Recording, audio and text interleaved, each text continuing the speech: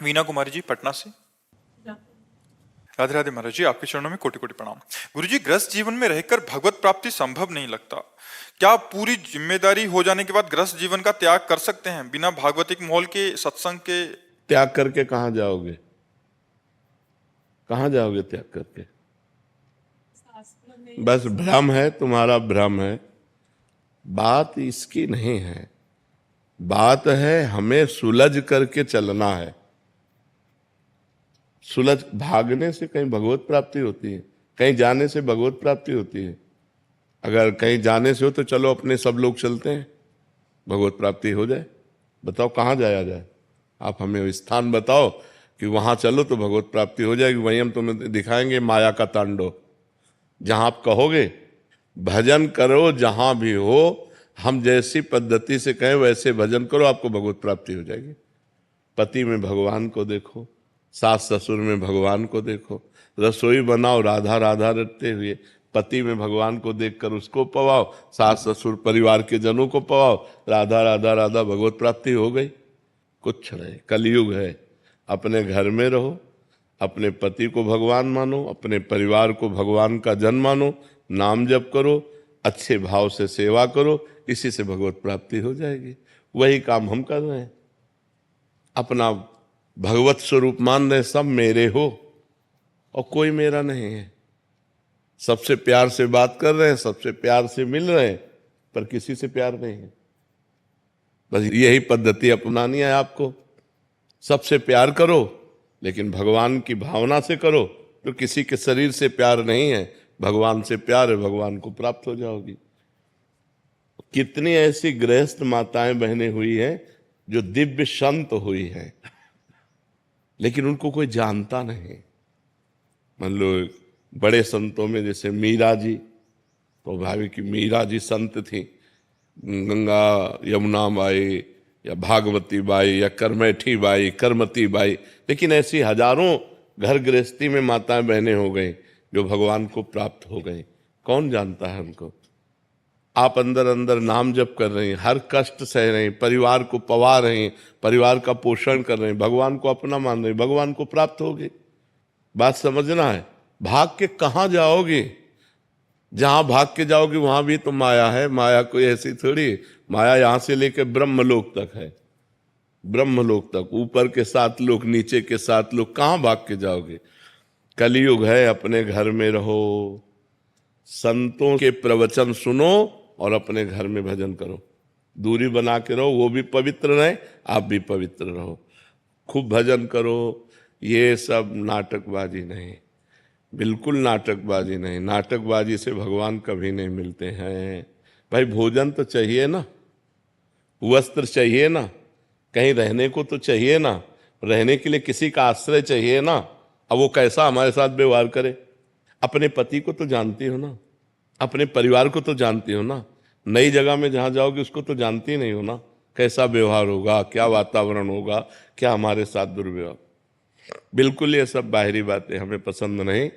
अपने घर में रहो, धर्म की कमाई से अपने परिवार का पोषण करो, भगवान का नाम जप करो, भगवान के आश्रित रहो, वो कृपा करेंगे, आपको प्राप्त हो जाएंगे।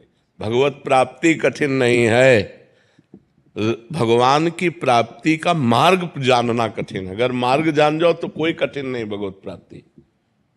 घर गृहस्थी परिवार सब जगह भगवान है। कहो सो कहाँ जहां प्रभु नाही। नाम जप करो, घर गृहस्थी में जहां हो वहीं परिवार को अपना भगवान मानकर सेवन करो, उसी से भगवत प्राप्ति। कहीं भागने की जरूरत नहीं। महाराज जी, जहां आप मन लगाने को कहते हैं वहां मन सहजता में लगता नहीं, और जहां छोड़ने के लिए कहते हैं वहां सहजता में लगता है महाराज। हाँ, ये माया का तो खेल है। पर इतने ही तो हमें देखो, हमने ये नहीं कहा कि आप पति को छोड़ दीजिए, हमारी बात को समझिए। और कहा कि पति से और प्यार कीजिए, उसे भगवान मान लीजिए। जैसे ये हो कि हम जहां मन लगाना होता है वहां लगता नहीं, जहां हटाना होता है तो वहां लग जाता है, तो हम वहीं लगा रहे हैं।